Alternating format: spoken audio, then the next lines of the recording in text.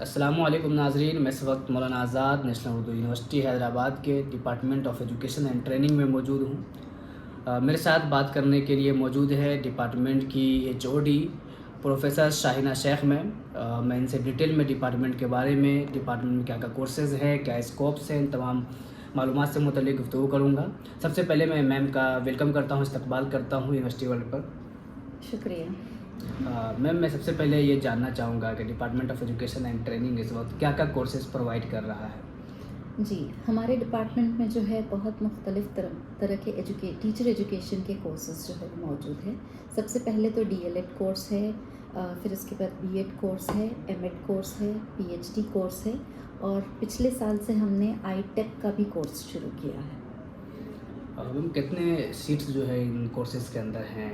जी, हमारे डिपार्टमेंट में डीएलएड के 100 सीट्स हैं, मतलब 2 यूनिट्स हैं, 50-50 के 2 यूनिट्स मतलब 100 सीट्स, और बीएड के 100 सीट्स हैं, वही 50-50 के 2 यूनिट 100 सीट्स। एमएड के 50 सीट हैं और आईटेक के हमारे पास 3 कोर्सेज़ हैं, बीए बीएड, बीएससी बीएड और बीकॉम बीएड, और हर एक में 50-50 सीट है, तो कुल मिला के 150 सीट है इसकी। ये तमाम जो सीट्स आपने बताएं ये मानू और हैदराबाद कैंपस के सीट्स हैं।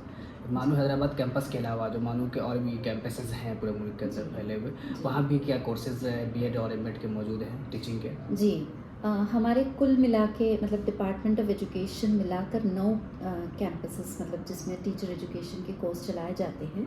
तो सबसे पहले श्रीनगर जहाँ पे 50 सीट्स हैं, फिर उसके बाद है संभल जिसमें 50 सीट हैं, नूह जिसमें 50 सीट है, आसनसोल जिसमें 100 सीट है, दरभंगा जिसमें 100 सीट हैं, भोपाल जिसमें 100 सीट हैं, फिर उसके बाद औरंगाबाद 50 सीट हैं और बीदर 50 सीट और department of education and training. इसमें से अगर मैं बताऊं आपको तो सारी जगहों पे बीएड कोर्सेज़ जो है वो चलते हैं और एमएड कोर्सेज़ जो है वो सिर्फ दरभंगा, भोपाल और हैदराबाद कैंपस में चलता है, और पीएचडी कोर्सेज़ भी दरभंगा, भोपाल और हैदराबाद कैंपस में चलता है।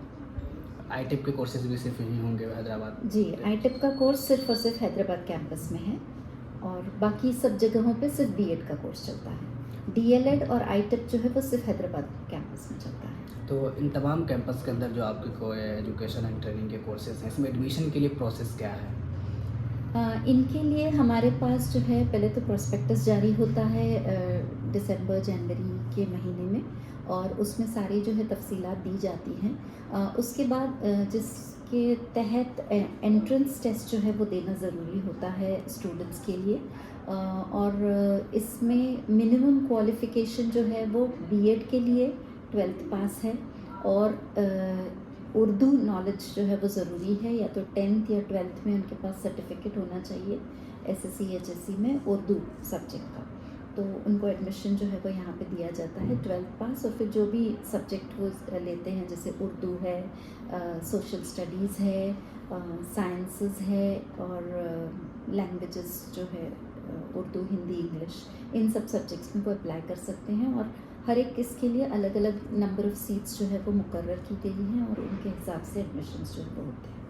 जो स्टूडेंट्स एडमिशन लेते हैं उनके लिए जो आप कैंपस अलाउट करते हैं जी, वो उनके प्रायोरिटी के बेस पे होता है या आप जो रैंक्स के बुनियाद पर करते हैं। रैंक्स की बुनियाद पे होता है प्लस प्रायोरिटी, दोनों चीज़ें कंसिडर की जाती है।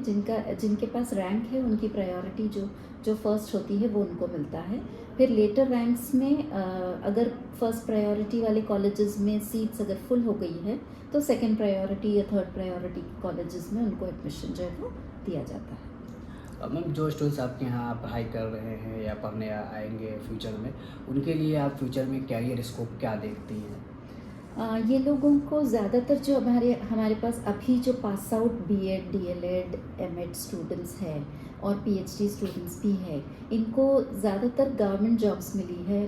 बिहार गवर्नमेंट, यूपी गवर्नमेंट और दिल्ली में भी बहुत सारे स्टूडेंट्स जो है वो हमारे लग गए हैं गवर्नमेंट जॉब्स में।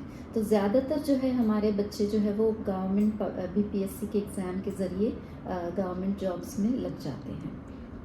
बीपीएससी टीआरई में बताया जाता है कि जी। बिहार के हर इलाके में मानू के जी, स्टूडेंट्स पहुँच मानू गए के हैं स्कूल्स स्टूडेंट्स के हैं। अंदर। पिछले साल की ही बात करें तो 300 लगभग 300 स्टूडेंट्स ने क्वालिफाई किया था सीटेट एग्ज़ाम, और फिर उसके बाद हमारे लगभग 100 के करीब जो है वो स्टूडेंट्स जो है वो प्लेस हो गए थे अलग अलग स्कूल्स में। यहाँ से पास आउट स्टूडेंट्स की तादाद क्या एकेडमिक फील्ड के अंदर भी जाती है, पोस्ट यूनिवर्सिटियों के अंदर, कॉलेजेस के अंदर असिस्टेंट प्रोफेसर बनते हैं? जी, हमारे पास खुद हमारे डिपार्टमेंट में 3-4 ऐसे स्टूडेंट्स हैं जो हमारे ही पास आउट पीएचडी हैं, जिनको परमानेंट जॉब असिस्टेंट प्रोफेसर करके इसी डिपार्टमेंट में लगे हैं।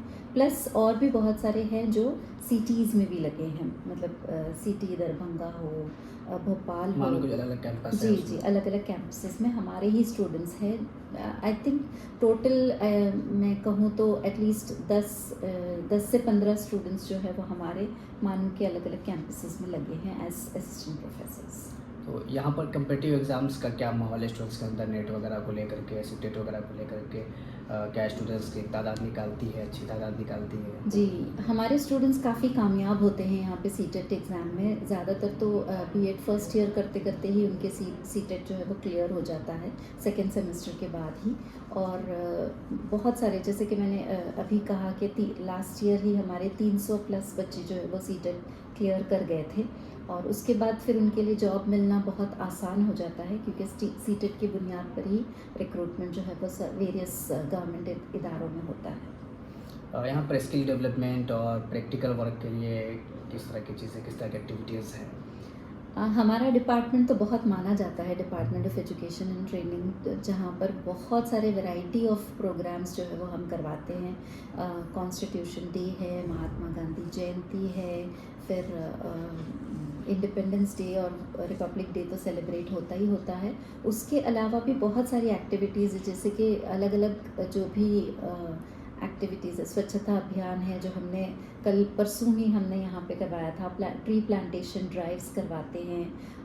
वर्क एजुकेशन में हम मुख्तलिफ़ तरह की एक्टिविटीज़ कराते हैं, जहाँ पे स्टूडेंट्स को अलग अलग फील्ड्स का जो है वो प्रैक्टिकल एक्सपीरियंस देने की हम यहाँ पे कोशिश करते हैं। मैम, यहाँ का जो आपका डिपार्टमेंट है वो चूँकि बहुत मशहूर है और एक ट्रस्ट यहाँ के डिपार्टमेंट भी किया जाता है, तो स्टूडेंट्स की बड़ी तादाद यहाँ आना चाहती है, फॉर्म्स भी आपके यहाँ ज़्यादा आते होंगे, तो हर जगह सीटों के इजाफे का भी एक डिमांड है। क्या इस सिलसिले में कोई बातचीत है कि सीट्स बढ़ने की उम्मीदें हैं फ्यूचर में? अभी तो फ़िलहाल ऐसी कोई उम्मीद नहीं है, क्योंकि अभी हमने आईटेक जो है वो नया कोर्स जो है वो लॉन्च किया है, जिसमें लगभग 150 सीट्स जो है वो हमारी ऐड हुई हैं पिछले साल से। तो बीएड के अलावा ये एक 4 ईयर इंटीग्रेटेड प्रोग्राम है जो हम चला रहे हैं, तो वो इन्हांस हुआ है। एक मुश्किल जो हमें पेश आती है नंबर ऑफ़ सीट्स बढ़ाने में, ये है कि हमारे पास फिर टीचर्स भी हमें उतने अपॉइंट करने पड़ेंगे, और उसके लिए सैंक्शन जो है वो यूजीसी की तरफ से मिलना होता है, तो वो एक थोड़ा सा मुख्तलिफ़ किस्म का प्रोसेस है जो फॉलो करके करेंगे इंशाल्लाह कोशिश। बट अभी फ़िलहाल तो हमने यहाँ पे आईटेक शुरू किया है। आगे जाकर हम भोपाल और वाराणसी में भी आईटेक का कोर्स जो है वो शुरू करने वाले हैं। आईटेक के बारे में थोड़ा डिटेल से बता देंगे? ये 4 ईयर प्रोग्राम जी, है जो ये एक 4 year integrated teacher education programme है, जिसका शॉर्ट फॉर्म हम आईटेक कहते हैं, और ये एनसीटी का एक पायलट प्रोजेक्ट है जो कि पूरे इंडिया में एनईपी 2020 को मद्देनज़र रखते हुए लॉन्च किया गया है। और यहाँ पर हम आईटेक जैसे कि नाम में ही है कि इंटीग्रेटेड टीचर एजुकेशन प्रोग्राम है, तो यहाँ पे बीए और बीएड दोनों की पढ़ाई की जाती है। जैसे कि यहाँ पे 2 मेजर सब्जेक्ट्स दिए जाएंगे, बीए में हिस्ट्री होगा और बीएड में जो है वो एजुकेशन होगा, और उसके अलावा पॉलिटिकल साइंस या इकोनॉमिक्स जो है वो उनको माइनर सब्जेक्ट्स करके दिया जाएगा। तो ये आईटेक का 4 ईयर इंटीग्रेटेड प्रोग्राम है, जिसके बाद उनको दोनों डिग्रीज़ मिलती है, बीए की भी मिलेगी और बीएड की भी मिलेगी, पर एक ही नाम के तहत आईटेक बीएससी बीएड करके, या बीए बीएड या बीकॉम बीएड। मैम, जो स्टूडेंट्स एजुकेशन के फील्ड में आना चाहते हैं, टीचिंग के फील्ड में जाना चाहते हैं जी। और अभी कहीं से भी बीएड वगैरह करने, डीएलएड वगैरह करने का इरादा रखते हैं, उनके लिए आप क्या मैसेज देना चाहेंगे यहाँ के चोटी की हैसियत से? जी, मैं तो पहले ये कहूँगी कि हाँ, मानू एक बहुत ही अच्छा इदारा है, और अगर आप बीएड उर्दू मीडियम से करना चाह रहे हैं तो यहाँ से बेहतर कोई जगह नहीं होगी जहाँ पर आपको बीएड उर्दू मीडियम से मिलेगा। उसके अलावा मैं ये भी कहना चाहूँगी कि जो भी स्टूडेंट्स आगे जाकर टीचर बनना चाहते हैं उन्हें ज़रूरत है कि वो एक अच्छा टीचर एजुकेशन का इदारा तलाश करें ताकि उनकी ट्रेनिंग जो है वो मुकम्मल हो और वो एक बेहतरीन टीचर जो है वो आगे जाके बने।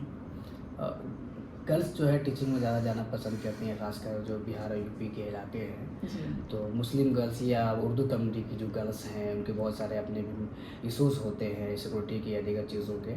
तो मानू के इस डिपार्टमेंट के ज़िम्मेदार की हैसियत से आप क्या पैगाम देना चाहेंगे? मानू उनके लिए क्या बेहतर साबित हो सकता है? जी हाँ, मानू गर्ल्स एजुकेशन के लिए तो मानू बहुत जाना जाता है और यहाँ पर हम ये कह सकते हैं कि हमारा जो है वो बहुत ही महफूज एनवायरनमेंट है हमारी लड़कियों के लिए ख़ास तौर पे, क्योंकि यहाँ पे हॉस्टल्स भी मौजूद है और इन हॉस्टल्स में पूरी सहूलियात है जहाँ पर स्टूडेंट्स जो गर्ल्स स्टूडेंट्स हैं या जो लड़कियाँ हैं वो बहुत ही महफूज तरीके से रह सकती हैं। पेरेंट्स को भी परेशान होने की कोई ज़रूरत नहीं है क्योंकि यहाँ पर पूरी तरह से उनका ख्याल रखा जाता है। हॉस्टल्स में हमारे पास प्रोवोस्ट होते हैं, वार्डन्स होते हैं और केयर टेकर्स होते हैं जो पूरी तरह से स्टूडेंट्स की ज़िम्मेदारी जो है उठाते हैं और देखते हैं कि वो सारी चीज़ें जो उनकी ज़रूरियात सारी जो है वो पूरी की जाए। बहुत शुक्रिया मैम। इंशाल्लाह आगे भी दीगर डिपार्टमेंट्स के वीडियोस भी हम पेश करेंगे इसी तरीके से डिटेल के साथ। आप लोग बने रहे हमारे चैनल के साथ। शुक्रिया।